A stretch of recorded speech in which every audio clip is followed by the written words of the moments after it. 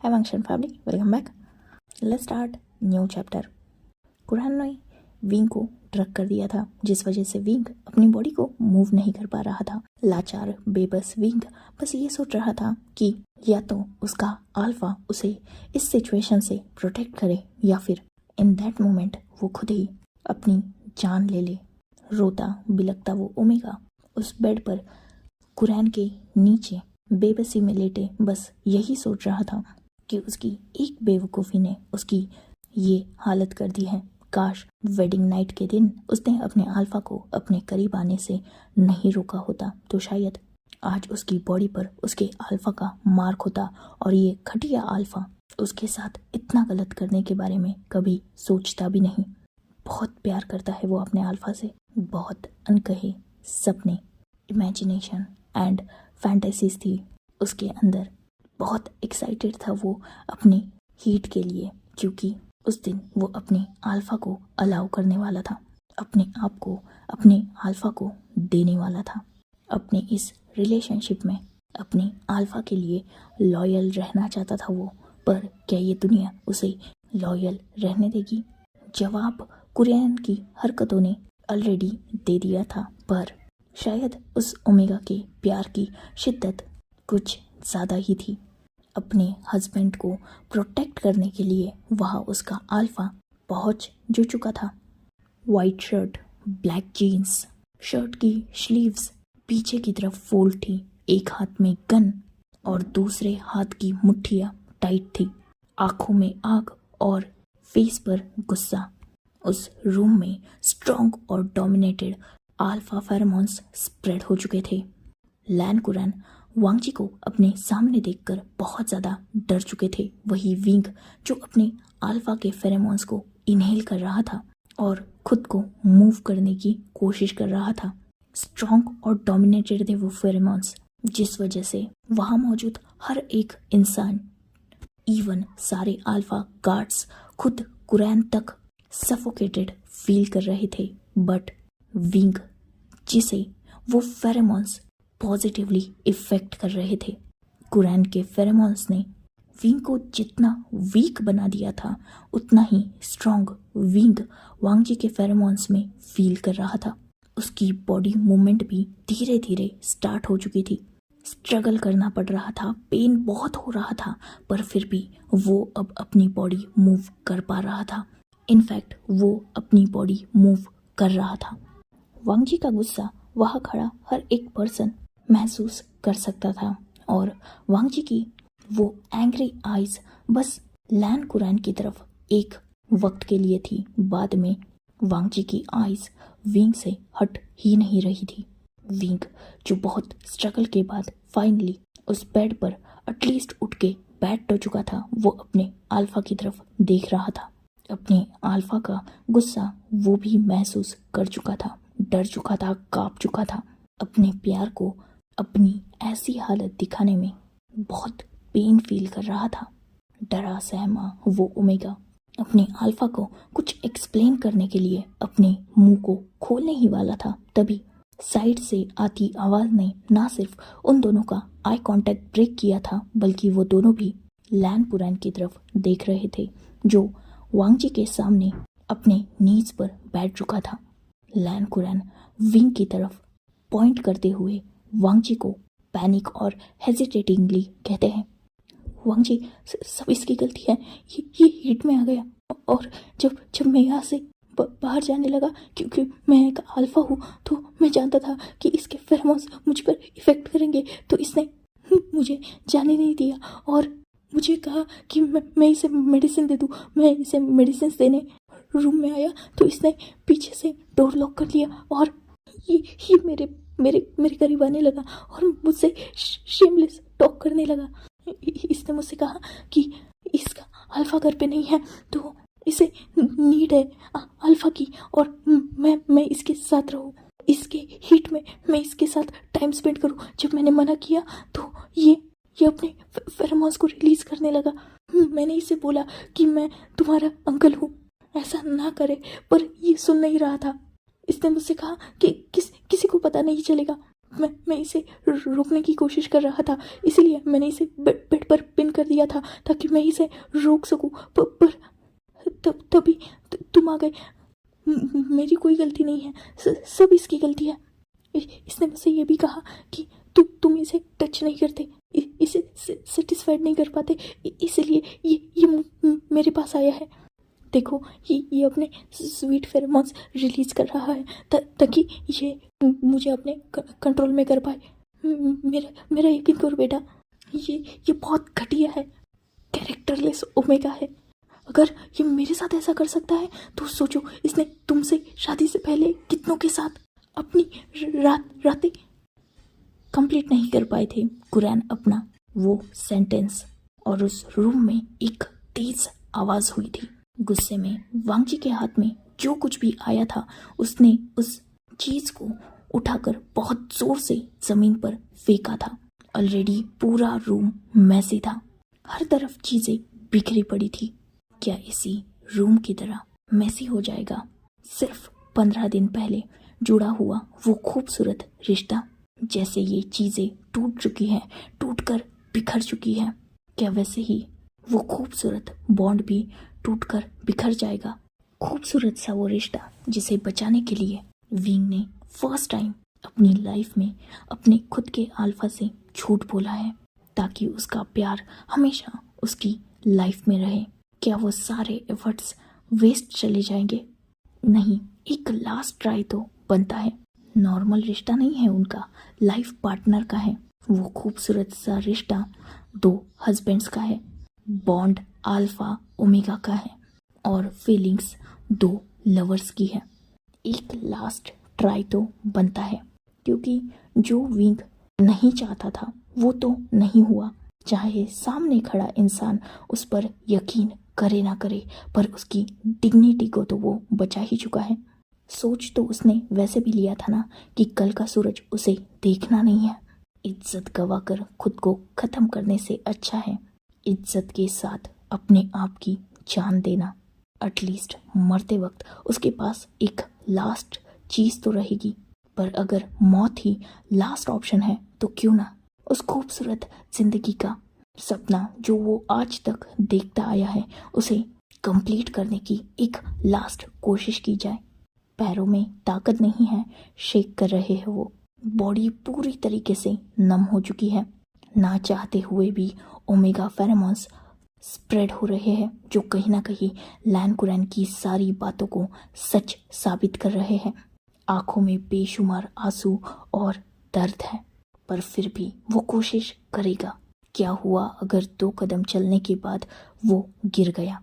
क्या हुआ अगर आज तक उसकी एक खरोच से पैनिक हो जाने वाला इंसान उसे संभालने तक नहीं आया? क्या हुआ अगर उसके सामने उसकी जिंदगी की सबसे वल्गर कंडीशन है, फिर भी वो एक लास्ट ट्राई करेगा? पैरों में जान नहीं है तो अपने नीज के बल चलते हुए वो ओमेगा अपने हस्बैंड के सामने पहुंच चुका था।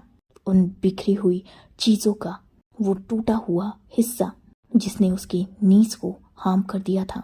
ब्लीडिंग हो रही थी उसकी नीज से, फिर भी वो रुका नहीं, क्योंकि उसे उस दर्द का एहसास ही नहीं था। उसे डर था, उस दर्द का जो दर्द उसे कुछ देर बाद मिलने वाला था। जानता था वो हार चुका है, फिर भी एक कोशिश तो बनती है ना।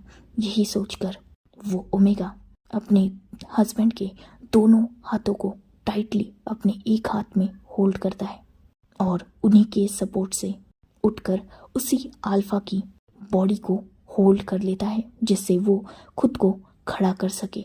अपनी पूरी बॉडी का वेट वो उस अल्फा के ऊपर थ्रो कर चुका था और उसी के सपोर्ट से खड़ा था। उस अल्फा के वेस्ट के अराउंड अपने दोनों हाथों को टाइटली होल्ड किए, अपने फेस को अपने हस्बैंड के चेस्ट के पास छुपाए। फ्यूचर जानते हुए भी एक लास्ट होप जो बची हुई थी उसे वो आजमाएगा तो जरूर। Please alpha, just believe me, I love you so much. अगर एक पल के लिए भी डाउट है ना मेरे इन वर्ड्स पर, देन जस्ट किल मी। वैसे ही अपने फेस को ऊपर किए, अपने एक हाथ को अपने हस्बैंड के फेस पर रखते हुए ब्रोकन स्माइल के साथ वो ब्यूटीफुल ओमेगा अपनी बात को कंटिन्यू करता है। इन आंखों का ये गुस्सा देख सकता हूँ, शायद एक पल के लिए नफरत भी सह लूं, पर जिन आंखों में अपने लिए बेशुमार प्यार देखा है ना, बस उन आंखों में अपने लिए डिस्गस्ट नहीं देखना चाहता। जो देखा अगर उसे सच मानते हो, जो सुना अगर उसे सच मानते हो, then I beg you just kill me. At least इस बात का सुकून तो होगा कि उस इंसान के हाथों मरा जिसके साथ मरते दम तक रहने का वादा किया था। खूबसूरत जिंदगी नहीं तो एक खूबसूरत मौत तो मैं डिजर्व करता हूँ। उस सन्नाटे में उस ओमेगा के ये कुछ वर्ड्स एग्जैक्टली क्या एक्सप्लेन कर रहे थे, प्यार या फिर दर्द, ये तो पता नहीं, पर उन वर्ड्स को फील वहाँ हर कोई कर पा रहा था। अपनी नजरें झुकाकर वो ओमेगा फिर एक बार अपने अल्फा की बाहों में सिमट चुका था, इंतजार कर रहा था अपनी मौत का। पर डर नहीं था उसकी आंखों में, सुकून था। कुछ नहीं कहेगा वो अब आगे, कुछ कहने की जरूरत भी नहीं है और उसके पास कोई सफाई भी नहीं है, ना ही उसमें इतनी ताकत है कि वो अपने आप को एक्सप्लेन कर पाए। अब सब कुछ उसके अल्फा पर डिपेंड करता है, उसे बस अब अपने अल्फा के अगले कदम का इंतजार है। वैसे तो वो ऑलरेडी अपने अल्फा का अगला कदम समझ चुका है, क्योंकि आज उसके अल्फा ने उसे होल्ड जो नहीं किया, कस के जकड़ रखा है। उस ओमेगा ने अपने अल्फा को उसकी बाहों में रो रहा है और साथ ही अपने फेरोमोन्स रिलीज कर रहा है, जिनमें ऑलरेडी उसकी नीड्स शो हो रही है। पर फिर भी उसका अल्फा उसे अपनी बाहों में होल्ड नहीं कर रहा, बस अपने ऐसे फेरोमोन्स रिलीज कर रहा है जिससे उसके ओमेगा को प्रॉब्लम हो। वो फेरोमोन्स डोमिनेटेड है। प्यार इंसान को बेबस कर देता है और आज वो वही बेबसी फील कर रहा है। उस शांत माहौल में जब उस ओमेगा के वो कुछ वर्ड्स खत्म हुए थे, विद इन सेकेंड्स एक और पर्सन अपनी जबान खोल चुका था। नाटक है ये सब, से इसका तुम्हें मैनिपुलेट कर रहा है, ये सच में घटिया है। इसीलिए तो इसने मुझे सेड्यूस करने के लिए तुम्हारे क्लोथ्स पहने हैं, तुम देख सकते हो, वरना ये अपने क्लोथ्स पहनता। ये खुद आया था मेरे रूम में मुझे अपनी बॉडी शो करने के लिए। मैंने इसे मना किया, इनकार किया और इसकी हेल्प करने के लिए यहाँ आ गया, पर ये मेरे ही नेफ्यू को मेरे अगेंस्ट कर रहा है और तुम्हारे सामने ऐसे प्रिटेंड कर रहा है जैसे ये सबसे ज्यादा इनोसेंट है। ऐसे दो गोड़ी के ओमेगा को लैंड फैमिली डिजर्व। बस अगला वर्ड्स जबान पे आने से पहले ही रुक चुका था। इस बार कोई चीज नहीं टूटी थी, इस बार गन से सीधा फायर हुआ था। उस फायर की आवाज सुन के विंग ने अपने अल्फा को और भी ज्यादा कस के होल्ड कर लिया था, यही सोच के कि ये उसका लास्ट टाइम है। पर अगर ये गोली उस पर चली है तो उसे दर्द क्यों नहीं हो रहा, और अगर गोली उस पर चली है तो पीछे से चीखने की आवाज लैन कुरैन की को आई। यही सोचकर विंग धीरे धीरे अपनी आईज को ओपन करके पीछे की तरफ देखने की कोशिश करता है। कुरैन जो अपनी जगह से खड़े होकर पीछे हो चुके थे, क्योंकि गोली उन पर भी नहीं चली थी, उनके सामने पैर के पास चली थी, जिससे वो डर चुके थे। वो टच जो उस हॉट बॉडी में अचानक से एक शिवर की तरह फील हुआ था, और अगले ही पल विंग वांगजी की बाहों में था। वांगजी का बस एक लुक था शुयांग की तरफ, और शुयांग ने नोट किया था। वो भागते हुए वांगजी के क्लोजेट के पास जाता है और उसमें से उसका एक लॉन्ग कोट लाकर विंग की बॉडी को कवर कर देता है। वांगजी भी अपने ओमेगा को ठीक से उस लॉन्ग कोट से कवर करने के बाद एक नजर शुयांग की तरफ देखता है फिर से, और सारे गार्ड्स अपनी जगह से हट चुके थे। वांगजी अपने ओमेगा को अपनी बाहों में होल्ड किए उन बॉडीगार्ड्स के बीच से सीधा लैंड मेंशन के बाहर आ चुका था। कार का डोर एक गार्ड ने जब ओपन किया तो वांगजी अपने ओमेगा को वैसे ही अपने लैप में लिए कार ड्राइव करने लगा। अपने ओमेगा के उन स्वीट फेरोमोन से कहीं ना कहीं वांगजी भी इफेक्ट हो रहा था। उसने अब अपने वो डोमिनेटेड फेरोमोन्स जो विंग को प्रोटेक्ट करने के लिए वो आसपास स्प्रेड कर रहा था, उन्हें स्प्रेड करना बंद कर दिया था। और अब उसकी भी बॉडी से वो स्वीट सैंडलवुड फेरोमोन्स रिलीज हो रहे थे जो बिल्कुल कामिंग थे। डेस्परेट था उसका ओमेगा अपने अल्फा के बहुत करीब जाने के लिए।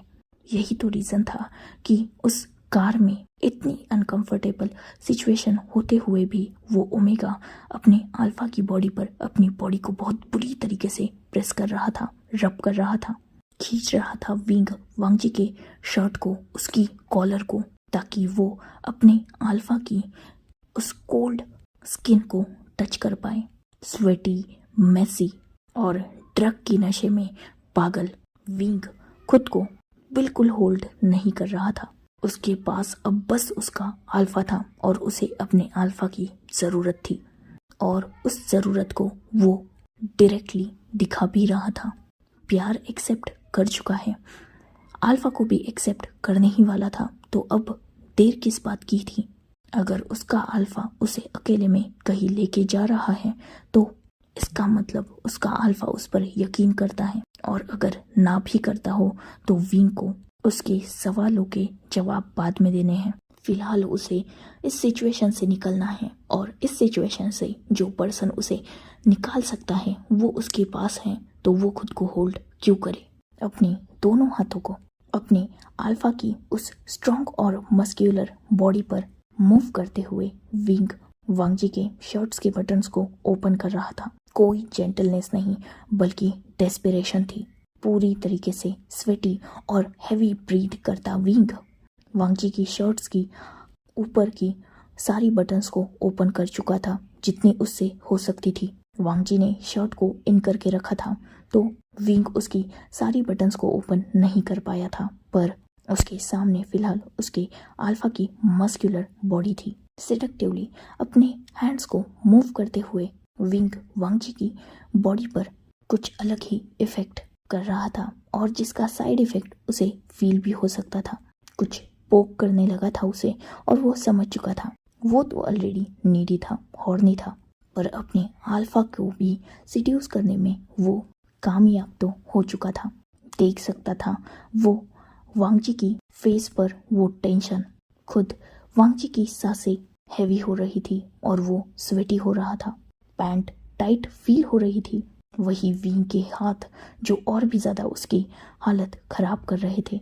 हो सके उतना स्पीड ड्राइव कर रहा था वो, क्योंकि वो ही अपना कंट्रोल अब खोने लगा था। अपने ओमेगा का नशा तो अल्फा की भी आंखों में अब क्लियरली देखा जा सकता था। खुद की सिचुएशन और ब्रीथ के साथ अभी वांगजी स्ट्रगल कर ही रहा था, तभी एक सॉफ्ट ग्रोन और वो नॉट सो सॉफ्ट बाइट जो उसके नेक के करीब हुआ था। खुश हो चुका था विंग अपने अल्फा को इतना पॉजिटिवली रिस्पॉन्ड करते हुए देख, और अपनी बाइटिंग को और भी ज़्यादा बढ़ा चुका था, जिसमें अब वो अपने टंग का भी यूज़ कर रहा था।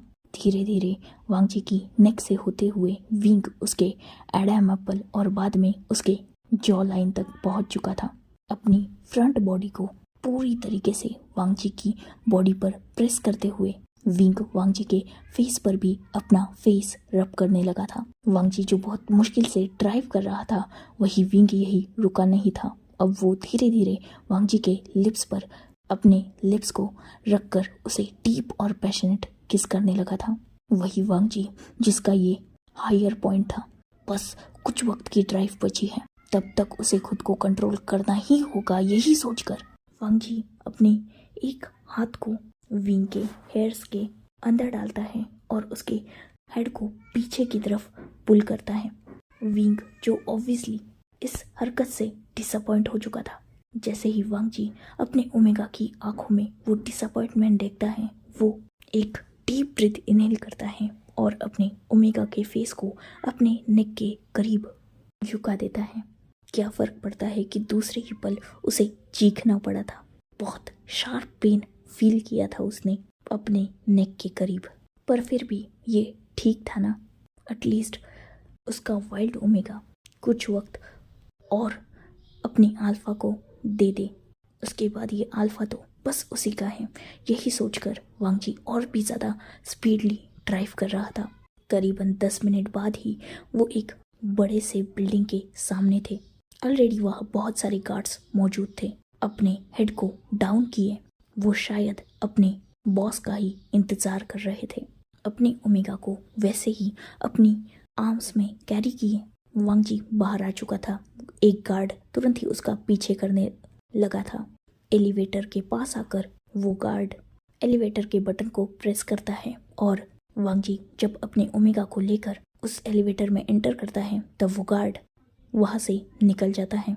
विंग जिसकी हरकतें अभी भी रुकी नहीं थी, वही वांगजी जो बस कुछ वक्त का इंतजार कर रहा था। जैसे ही वो वक्त गुजरा था, वांगजी अपने स्ट्रॉन्ग कदमों से उस एलिवेटर से बाहर आया था और सीधा सामने ओपन डोर के अंदर एंटर कर चुका था। तुरंत ही गार्ड्स पीछे से डोर लॉक कर देते हैं।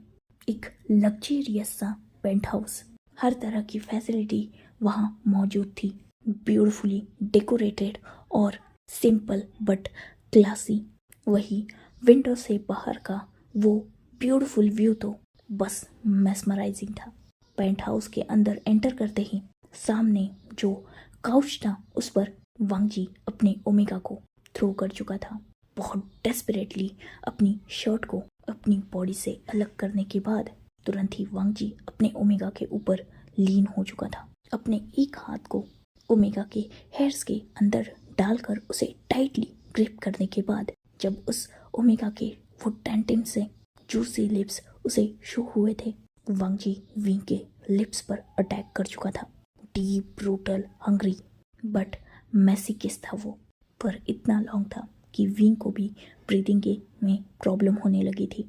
अपने शोल्डर पर जब हिट वांगजी को फील हुआ था तब जाकर कहीं उसने विंग के लिप्स को छोड़ा था और वो वहीं पर रुका नहीं था।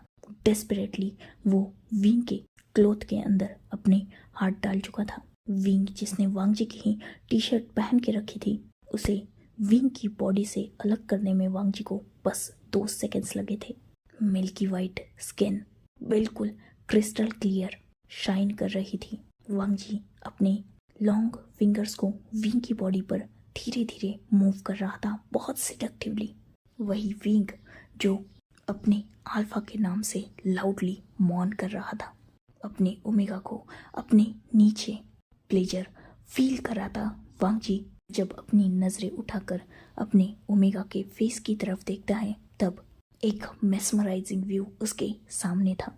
रेड फेस, आंखों से गिरते लगातार आंसू, फ्लफी नोज, सॉलन लिप्स और स्वीट वॉइस में अपना नाम। ये व्यू, वो साउंड, हर एक खूबसूरत चीज़ से भी 100 गुना ज़्यादा खूबसूरत है जो आज तक वांगजी ने देखी होगी। सॉफ्ट मॉन, हैवी ग्रोन, उन दोनों के बीच के उस इंटेंस लव मेकिंग की वो इरोटिक वॉइसेस से वो पूरा पेंट हाउस गूंज रहा था। 2 दिन तक चले इस हार्ड सेशन में विंग के बॉडी पर जो ड्रग का असर था वो 24 आवर्स के बाद ही पूरी तरीके से उतर चुका था, पर उसकी हीट जो ड्रग्स थ्रू ट्रिगर की गई थी वो अभी विंग की बॉडी को नीडी बना रही थी। ड्रग का असर खत्म होते ही वांगजी समझ चुका था कि विंग अब ड्रग के नहीं बल्कि अपने ओमेगा के कंट्रोल में है। और जैसे ही विंग के ओमेगा वुशियान ने वांगजी को पूरी तरीके से अपना कर अपने आप को अपने अल्फा के सामने सबमिट कर दिया तो लानसान भी अपने ओमेगा के सबमिशन को एक्सेप्ट करके अपने ओमेगा की हर विश को कंप्लीट करने लगा। इवन जब विंग ने वांगजी को मार्क करने के लिए बोला तो वांगजी ने विंग को पहले खुद को मार्क करने का बोला। जब विंग ने मतलब ओमेगा ने अपने अल्फा को मतलब लानसान को मेटिंग बॉन्ड दिया, उसके बाद वांगजी ने भी अपने ओमेगा को मार्क किया। कंप्लीट हो चुका था वो ब्यूटीफुल रिश्ता। जो बॉन्ड अब तक इनकम्प्लीट था वो लव मेकिंग और मार्किंग के बाद फाइनली कंप्लीट तो हो ही चुका था। नेक्स्ट टाइम विंग जब अपनी आइज ओपन करता है तो अपनी बॉडी में हैवी पेन वो फील कर सकता था, पर फिर भी उसके होठों पर एक ब्यूटीफुल स्माइल थी, क्योंकि उसके साइड में उसका हस्बैंड, उसका अल्फा लेटा हुआ था। एक अलग हैप्पीनेस थी उसके फेस पर, एक अलग शाइन थी उसकी आंखों में। फेस ब्लश से पूरी तरीके से रेड था और बॉडी अपने अल्फा के मार्क से कवर थी। स्लीपी अल्फा के उस हैंडसम फेस को जब विंग डीपली स्कैन कर ही रहा था, तभी उसे अपने अल्फा की आई मूवमेंट नोटिस होती है। तुरंत ही विंग ने अपने फेस को अपनी अल्फा के चेस्ट में हाइड कर लिया था और अपनी आइज को क्लोज कर लिया था, पर वो अल्फा भी कहीं ना कहीं उस मोमेंट को नोटिस कर चुका था। यही तो रीज़न था कि उस अल्फा ने जैसे ही अपनी आइज ओपन की थी, उसके भी फेस पर एक सॉफ्ट स्माइल आ चुकी थी। विंग के फोरहेड पर आते उन हेयर्स को वांगी जब विंग के ईयर के पीछे टक करता है और एक जेंटल पैक उसके फोरहेड पर, जिसने विंग के दिन को तो बना दिया था। वांगजी उठ चुका था और वो अपने विंग को भी अपनी बाहों में कैरी कर चुका था। उन दोनों में बिल्कुल साइलेंस थी, बट वो एक कंफर्टेबल सिचुएशन थी। वांगजी अपने ओमेगा को होल्ड किए उसे बाथरूम में लेके जाता है। विंग को अच्छी तरीके से क्लीन करने के बाद वांगजी भी अपनी बॉडी को ठीक से क्लीन करता है। अपने ओमेगा को ठीक से ड्रेस्ड अप करने के बाद वांगजी, जो खुद भी ठीक से रेडी हो चुका था, अपने ओमेगा को अपने बाहों में कैरी किए वांगजी उस पेंट हाउस को छोड़ चुका था और वो फिर से लैन मैंशन के रास्ते में थे। अपने ओमेगा को भूख लगी होगी ये सोचकर वांगजी विंग के लिए कुछ फूड आइटम परचेस करता है। विंग को अच्छी तरीके से ब्रेकफास्ट कराने के बाद वांगजी विंग को फाइनली फिर से लैन मैंशन लेके जाता है। सारे गार्ड्स जैसे ही अपने बॉस को फिर से अपने मैंशन में आते हुए देखते हैं, वो तुरंत ही शुयांग को इन्फॉर्म कर देते हैं, जो अभी तक लैन मैंशन में ही रुका हुआ था। वांगजी अपने विंग को लिविंग हॉल के काउच पर बिठा चुका था और दूसरे ही पल विंग और वांगजी के कदमों में लैन कुरैन थे। लैन कुरैन जो विंग के और वांगजी के सामने थ्रो कर दिए गए थे, वही अभी भी कुरैन की अकल ठिकाने नहीं आई थी। यही तो रीज़न था कि वो फिर से अपने मुंह से विंग के बारे में घटिया बातें बकने लगे थे, पर उनकी ये बकवास टैब पर चल रहे उन्हीं के वीडियो से बंद हो चुकी थी, जो वांगजी के रूम की लाइव फुटेज थी, तब की जब कुरैन विंग को हरेस करने की कोशिश कर रहे थे। क्लियरली वो विंग के बेगुनाही का सबूत था।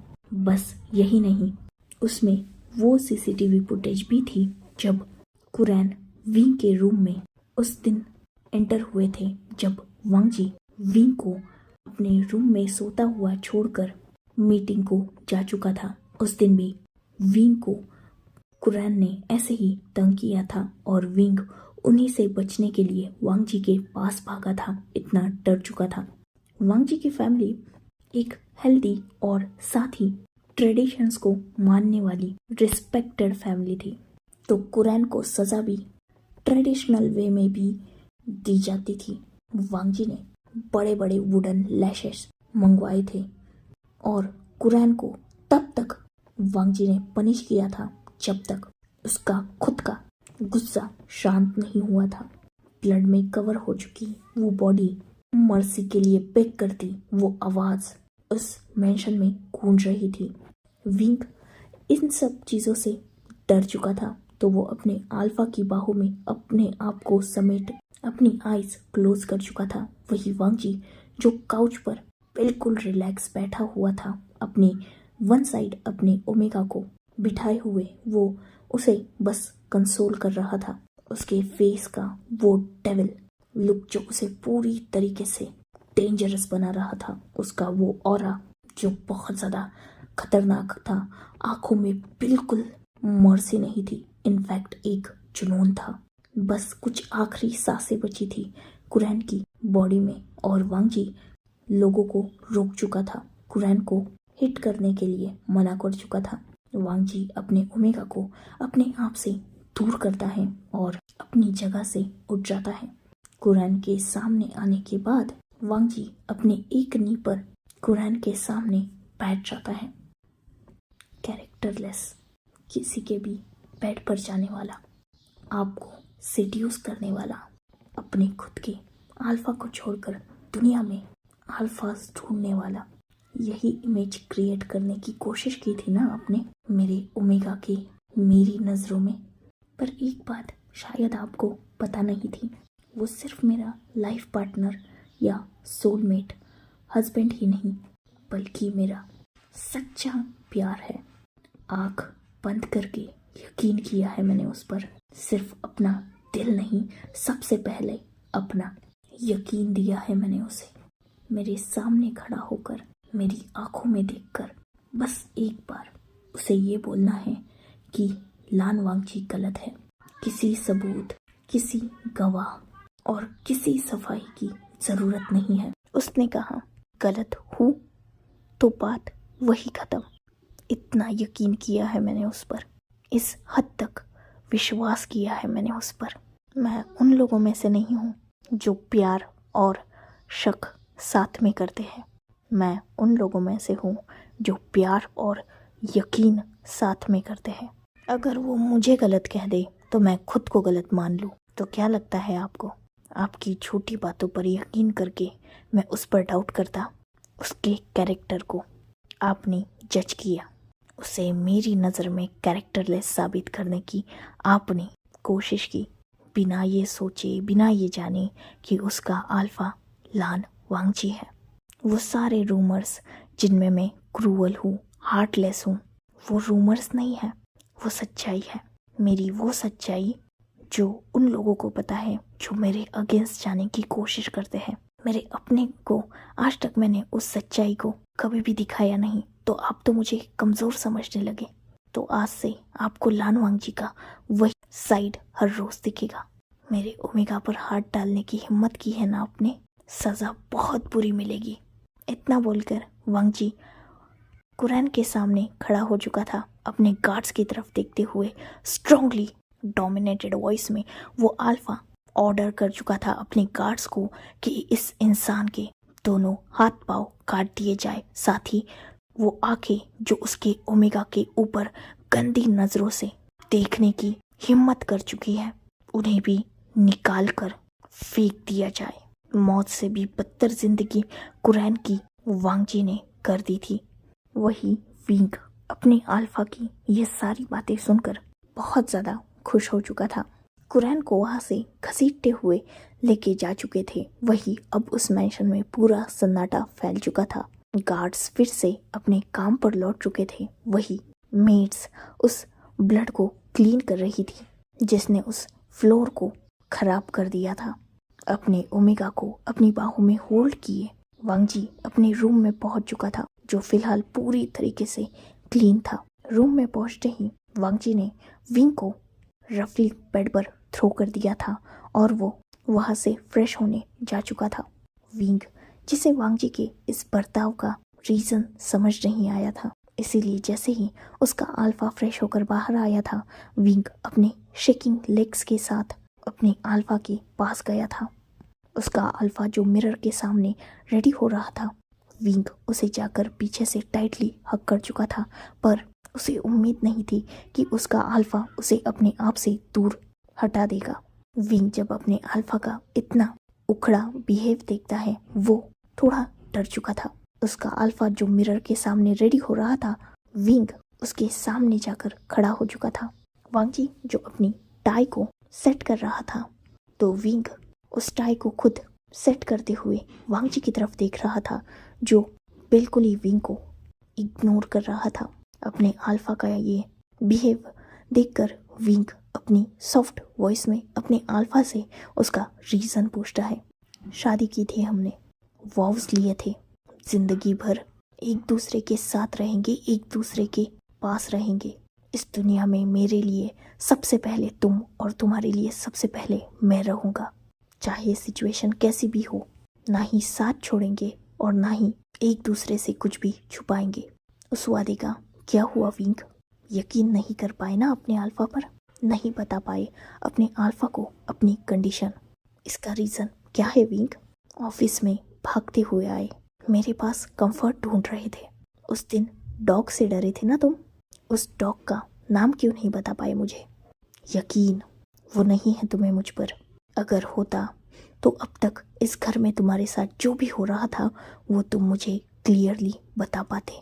मैंने तुम पर ट्रस्ट किया और तुम बस अपने रिश्ते को बचाना चाहते थे। डर गए थे कि सच पता चलने पर ये रिश्ता टूट ना जाए, इसीलिए झूठ बोल रहे थे। क्या ये सही था विंग? झूठ की बुनियाद पर अगर तुम ये रिश्ता बचा भी लेते तो क्या वो रिश्ता टिक पाता? अपने सामने तुम्हें उस सिचुएशन में देखने के बावजूद एक पल के लिए भी मैंने तुम पर डाउट नहीं किया, और खुद के साथ इतना सब कुछ होते वक्त भी तुम्हें मेरा ख्याल नहीं आया। ज़रूरी नहीं लगे तुम्हें वो सारी बातें अपने अल्फा को बताने में।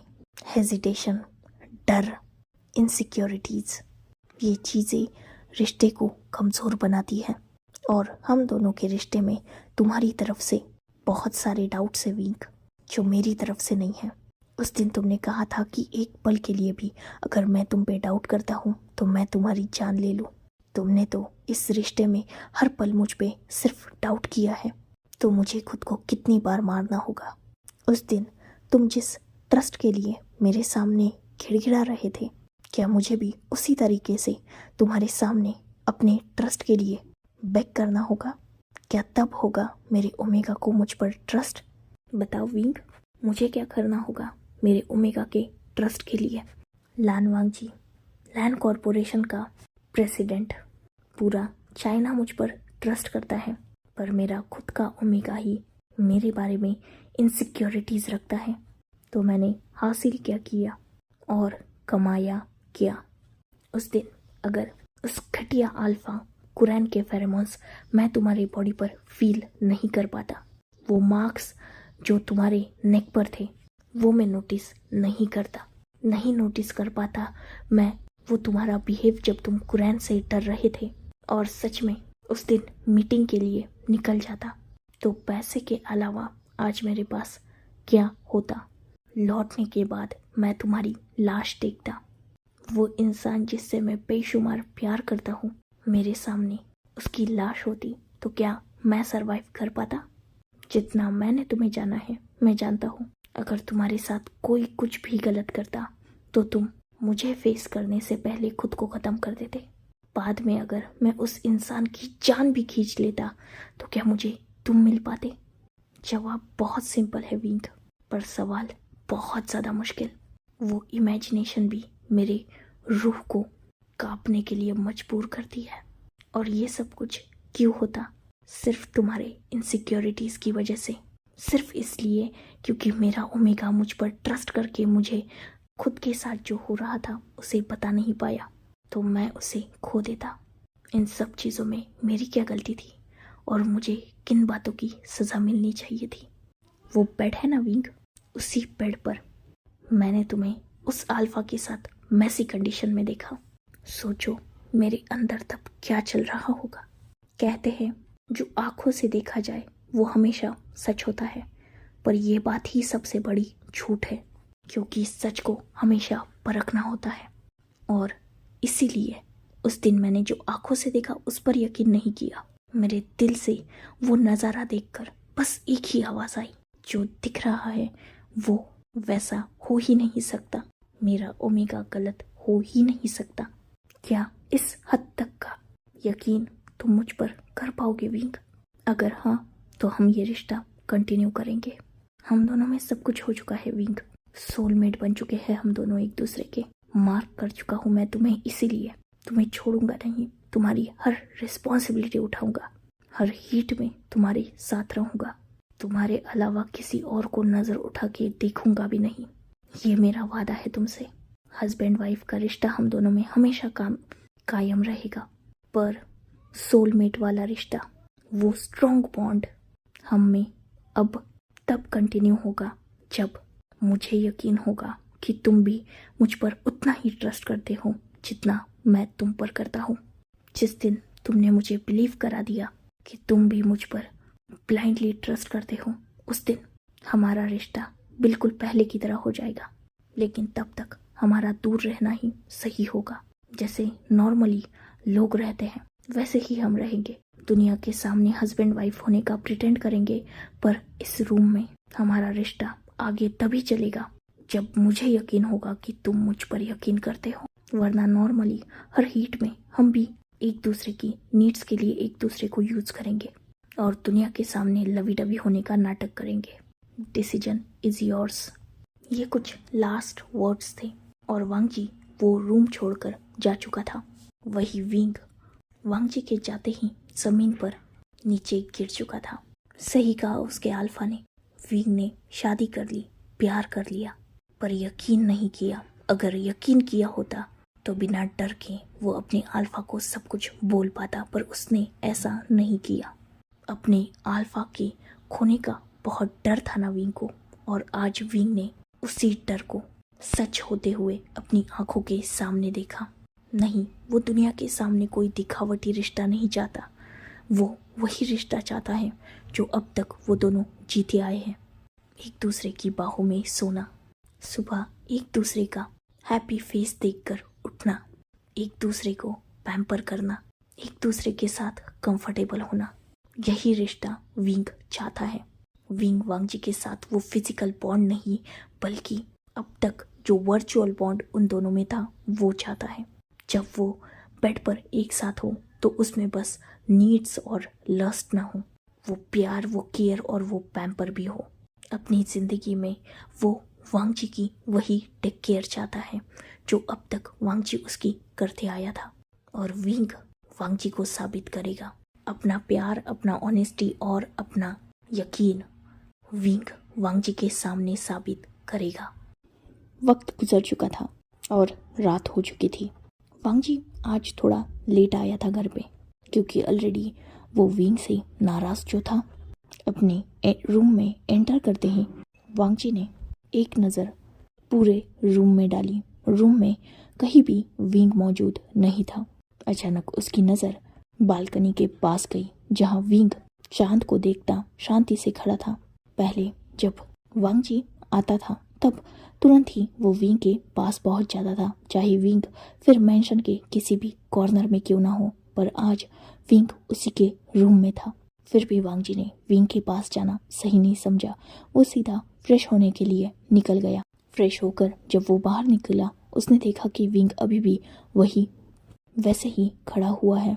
वांग जी बिना कुछ बोले काउच पर बैठ गया और उसने अपने लैपटॉप को ओपन करके अपने काम को स्टार्ट कर दिया।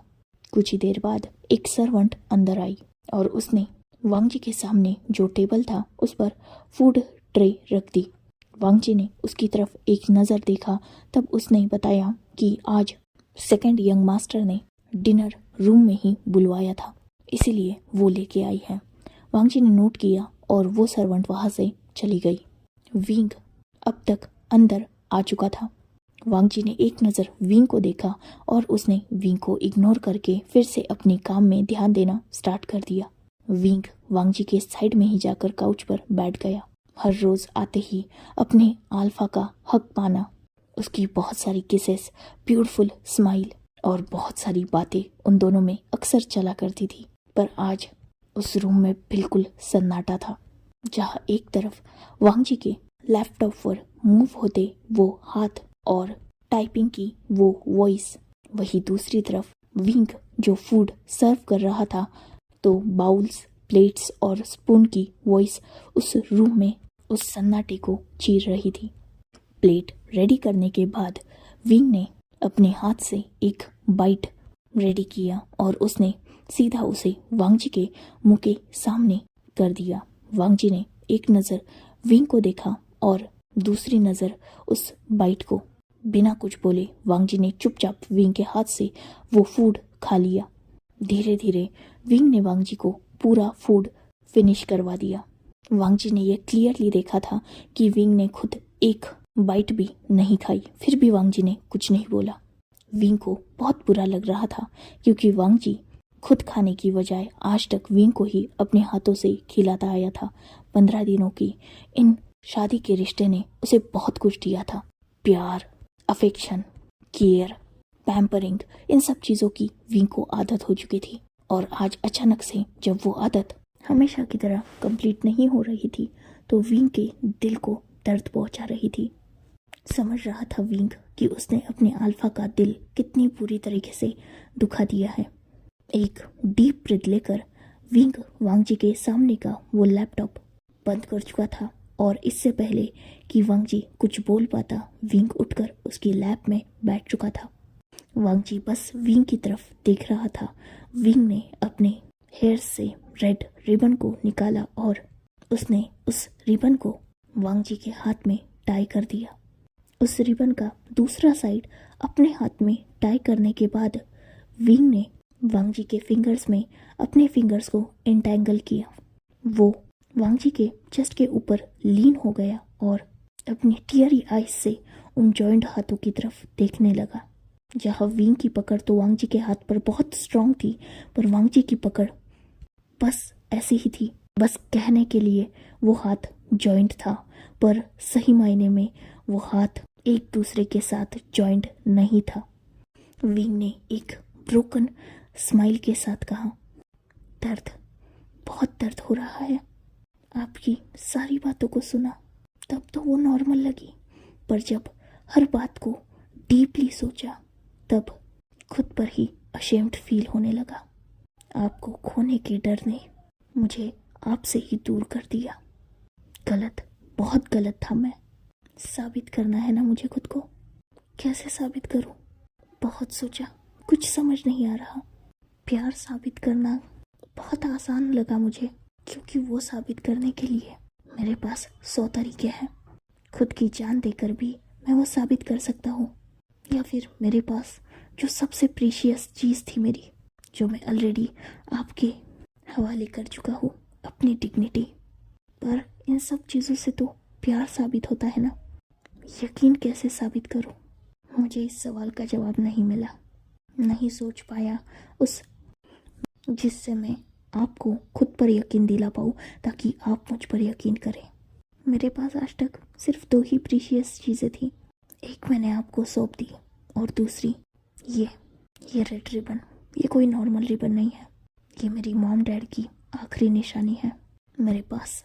मैं नहीं जानता मुझे क्या करना चाहिए। मैं नहीं जानता कि मैं कैसे आपको यकीन दिलाऊं कि मैं आप पर यकीन करने लगा हूँ। मैं नहीं जानता कि मैं कैसे आपको समझाऊं कि मैं अपनी गलती समझ चुका हूँ।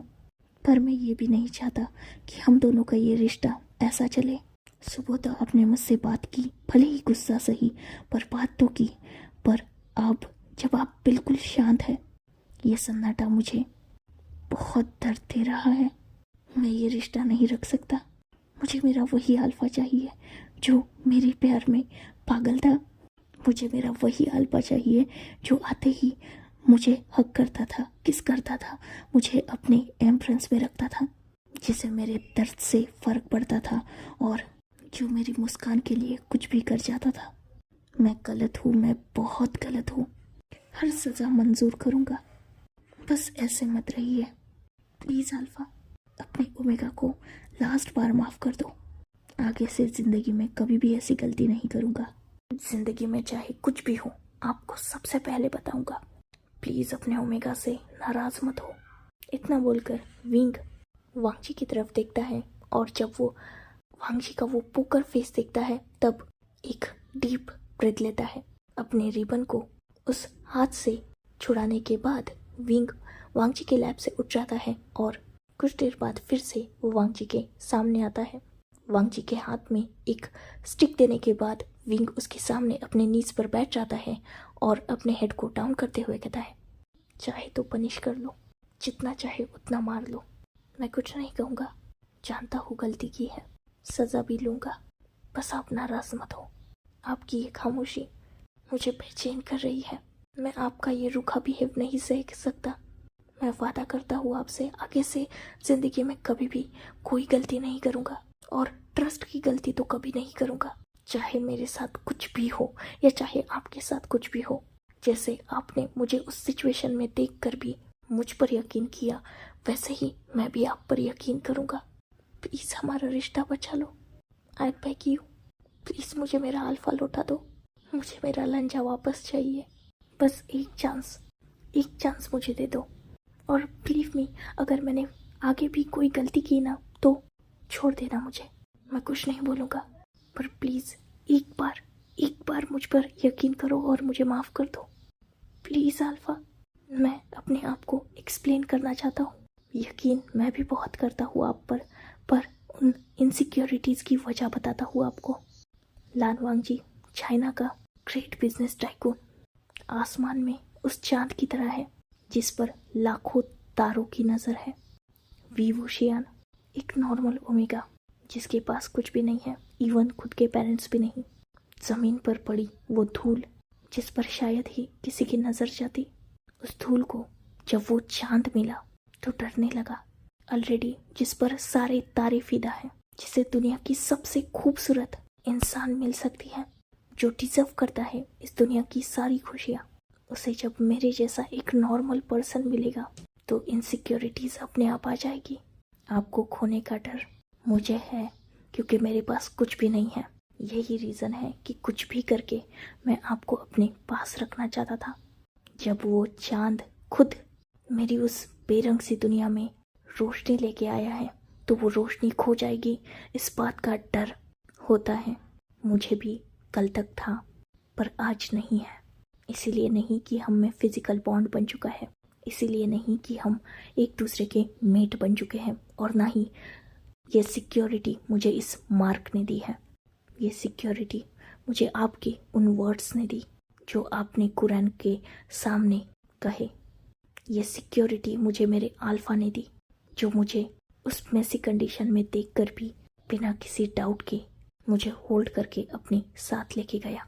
ये सिक्योरिटी मुझे मेरे हस्बैंड ने दी जो उस रात मुझे छू रहा था किसी प्रीशियस चीज़ की तरह। खुद की वैल्यू मैंने उस दिन आपकी आंखों में देखी, एंड बिलीव मी, तब से मैं जान पाया हूँ कि मेरी भी बहुत प्रीशियस कीमत है। वो एक इंसान इस दुनिया में मेरे लिए है। प्लीज़ अल्फा, वो इंसान मुझे लौटा दो। एक गलती माफ़ कर दो, क्योंकि आगे से बहुत सारी गलतियाँ शायद होगी पर ट्रस्ट इशू कभी नहीं होगा। Please believe me. वांगजी विंग की तरफ देख रहा था। उसकी बातों में वो ऑनेस्टी फील कर चुका था। वांगजी विंग के हाथ से उस स्टिक को दूर फेंकने के बाद विंग का हाथ पकड़ के वांगजी विंग को अपनी लैप में बिठा चुका था। विंग के फोरहेड पर किस करते हुए वांगजी अपनी सॉफ्ट वॉइस में कहता है, तुम्हारी सारी बातें समझता हूँ, पर ज़रूरी है कि तुम भी मेरी बातें समझो। जैसे तुम मुझे उस आसमान का चांद और खुद को धूल बोल रहे हो, वैसे ही मेरी नज़र में तुम्हारी बिल्कुल वही इमेज है। तुम आसमान का चांद और मैं उस ज़मीन की धूल। मेरे पास सिर्फ पैसा है, प्यार तुमने मुझे दिया। मेरे पास बस दिल था, उस दिल को खुश रखना तुमने सिखाया। बेजान जिंदगी में तुम मेरे चांद बन के आए हो। मैं भी डरता हूँ उस चांद को खोने से, पर उस चांद पर यकीन भी उतना ही करता हूँ। एक चांस मांगा है ना तुमने, मैं दूंगा तुम्हें वो चांस। हमारा रिश्ता नॉर्मल रहेगा, बिल्कुल वैसे ही जैसे पहले था, क्योंकि तुमसे प्यार करना बंद तो मैं भी नहीं कर सकता, तुमसे दूर तो मैं भी नहीं रह सकता। पर आगे से हमारी आगे की लाइफ में ऐसे बहुत सारे चांस आएंगे जहाँ हम दोनों को एक दूसरे को अलग अलग सिचुएशंस में देखकर भी एक दूसरे पर यकीन करके एक दूसरे का साथ देना होगा। बहुत सारे मौके मिलेंगे तुम्हें मुझ पर शक करने के भी और मुझ पर यकीन करने के भी। उनमें से अगर एक में भी तुम फिर से फेल हुए तो आई प्रॉमिस यू, मैं उसी वक्त तुम्हें छोड़ दूंगा। और एक बात, तुम्हें छोड़ने के बाद मैं जिंदा रहूंगा, ये सोचना भी मत। विंग तुरंत वांगजी को हक कर लेता है और सॉफ्टली कहता है, even I can't live without you, I love you so much. वांगजी विंग को हक बैक करते हुए कहता है, आई ट्रस्ट यू। विंग भी तुरंत रिप्लाई करते हुए और भी टाइटली वांगजी को होल्ड करते कहता है, आई ट्रस्ट यू टू।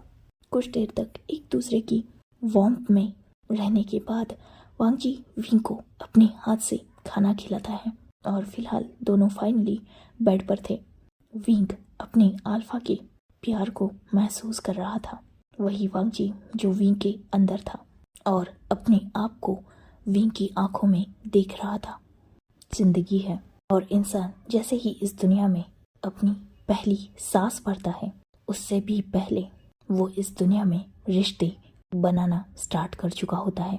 अपनी मॉम की टमी में रहने वाला वो छोटा सा बेबी भले ही उन रिश्तों से अनजान हो, पर जैसे ही उस बेबी की न्यूज़ सबको पता चलती है, तब सब एक्साइटेडली उस बेबी के साथ अपना रिश्ता उसे बताने लगते हैं। मैं तुम्हारा फादर हूँ, मैं तुम्हारी मदर हूँ, मैं तुम्हारा ब्रदर हूँ, सिस्टर हूँ। रिश्ते हमारे साथ हमारे बर्थ से भी पहले जुड़ जाते हैं, पर वो रिश्ते हमारे मरते दम तक तब टिकते हैं जब उन पर ट्रस्ट हो। यकीन बहुत बड़ी चीज़ होती है कि ये हर रिश्ते को जोड़ कर रखने की हिम्मत रखती है और उतनी ही आसानी से तोड़ती भी है। और आजकल दुनिया में और रिश्तों में यही यकीन बहुत कम रह चुका है। लोग प्यार आसानी से कर लेते हैं पर ट्रस्ट नहीं कर पाते, और अक्सर 100 में से 90 रिश्तों में ट्रस्ट इश्यूज रहते हैं। इसलिए तो कहा जाता है झूठ की बुनियाद पर बना हुआ रिश्ता लंबा तो बहुत चलता है, पर वो कभी भी मजबूती से टिक नहीं पाता। एक छोटी सी आंधी भी उसे तोड़ कर रख देती है। पर वही सच की बुनियाद पर बना हुआ रिश्ता हो सकता है जल्दी टूट जाए, पर अगर रिश्ते में सच्चाई हो, यकीन हो, तो वो रिश्ता ना सिर्फ लाइफ लॉन्ग साथ रहेगा, बल्कि छोटी मोटी लड़ाइयाँ उस रिश्ते का कुछ नहीं बिगाड़ पाएगी। मैं ये नहीं कह रही कि हर किसी पर ब्लाइंडली ट्रस्ट करो, पर जिसे अपना मानो, जो काबिल है आपके ट्रस्ट के, जिसे काबिल समझा है आपने खुद ने अपने लिए, वो अगर किसी सिचुएशन में आपको दिख भी जाता है तो कभी कभी उस सिचुएशन को भी परख लिया करो, वरना बहुत से सच्चे लोग भी बस कुछ हादसों के चलते दुनिया की नज़र में गलत हो जाते हैं। फिर वो कितना भी चीख ले चिल्ला ले कि वो सही है, पर दुनिया उसे ही सही मान लेती है जो आंखों देखा होता है, पर हर बार आंखों देखा भी सच नहीं होता। ये स्टोरी बहुत बेसिक स्टोरी है। इनफैक्ट मैंने बहुत सारे रिश्तों में ये सच्चाई देखी है। एक छोटा सा इंसिडेंस सच या झूठ अलग करते हैं। एक हस्बैंड वाइफ का ब्यूटीफुल रिश्ता, दोनों एक दूसरे से बेइंतहा प्यार करते हैं, पर हस्बैंड ने खुद अपनी वाइफ की जान ले ली। रीज़न, हस्बैंड को वाइफ के कबोर्ड में कुछ लव लेटर्स मिले जिनमें किसी का भी नाम नहीं था। आजकल के जनरेशन की आदत है बाबू सोना जादू टोना। हस्बैंड को वो लेटर्स देखकर कंफर्म हो गया कि उसकी वाइफ उस पर चीट कर रही है और उसने अपनी वाइफ की अपने ही हाथों से जान ले ली। कुछ दिन बाद उसके घर पे एक लड़की आई जिसने उस इंसान को बताया कि उस इंसान की वाइफ के पास उसकी कुछ पर्सनल चीज़ें रखी हुई हैं। जब हस्बैंड ने डिटेल में उस लड़की से पूछा कि कौन सी चीज़ें, तब उस लड़की ने बताया कि उसके कुछ लेटर्स जो उसने अपने परिवार से छुपाने के लिए उस वाइफ के पास रखवाए थे, क्योंकि वो और उसका बॉयफ्रेंड सीक्रेट रिलेशनशिप में है और घर वालों को पता ना चले, इसलिए वो अपना सीक्रेट और वो बाकी सारी चीज़ें, गिफ्ट्स वगैरह वो उनकी वाइफ के पास रखवाती थी। हस्बैंड ने बस आंखों से उन लेटर्स को देखा, उसके पीछे की सच्चाई को नहीं पूछा। काश अगर एक बार वो अपनी वाइफ से सच पूछ लेता तो उसे पता चलता कि जिन लेटर्स को लेकर वो गलत अज्यूम कर बैठा है, वो लेटर्स उसकी वाइफ के नहीं बल्कि उस लड़की के थे। जिंदगी भर रिग्रेट में घुटता रहा वो इंसान और लास्टली उसने खुद को ख़त्म कर लिया। इसीलिए हर बार जो आंखों से देखा जाता है वो भी सच नहीं होता। कभी कभी सच्चाई हमारी सोच से परे भी हो सकती है। ये तो बस एक स्टोरी थी। वैसे अच्छा हुआ ना वांग जी ने भी विंग पर यकीन किया, वरना शायद उनका भी रिश्ता टूट जाता। ये स्टोरी ऑलरेडी शियांग वांग मेरे सेकंड चैनल पर अपलोडेड है, वो भी लॉन्ग स्टोरी है, बट ये मैंने 2 शॉर्ट बनाया। आई डोंट नो, ये टॉपिक थोड़ा सेंसिटिव लगा इसलिए बनाया। सो प्लीज़ मुझे अपने कमेंट्स थ्रू बताना कि आप इस बारे में क्या सोचते हैं, और क्या आपकी लाइफ में कोई ऐसा इंसान है जिस पर आप बिल्कुल वांगजी की तरह ब्लाइंडली ट्रस्ट कर सकते हो, या आप भी अपनी लाइफ में और रिलेशनशिप में इनसिक्योरिटीज़ रखते हो। तो हो सकता है ये स्टोरी आपकी थोड़ी हेल्प कर दे। Goodbye, take care, enjoy your beautiful life.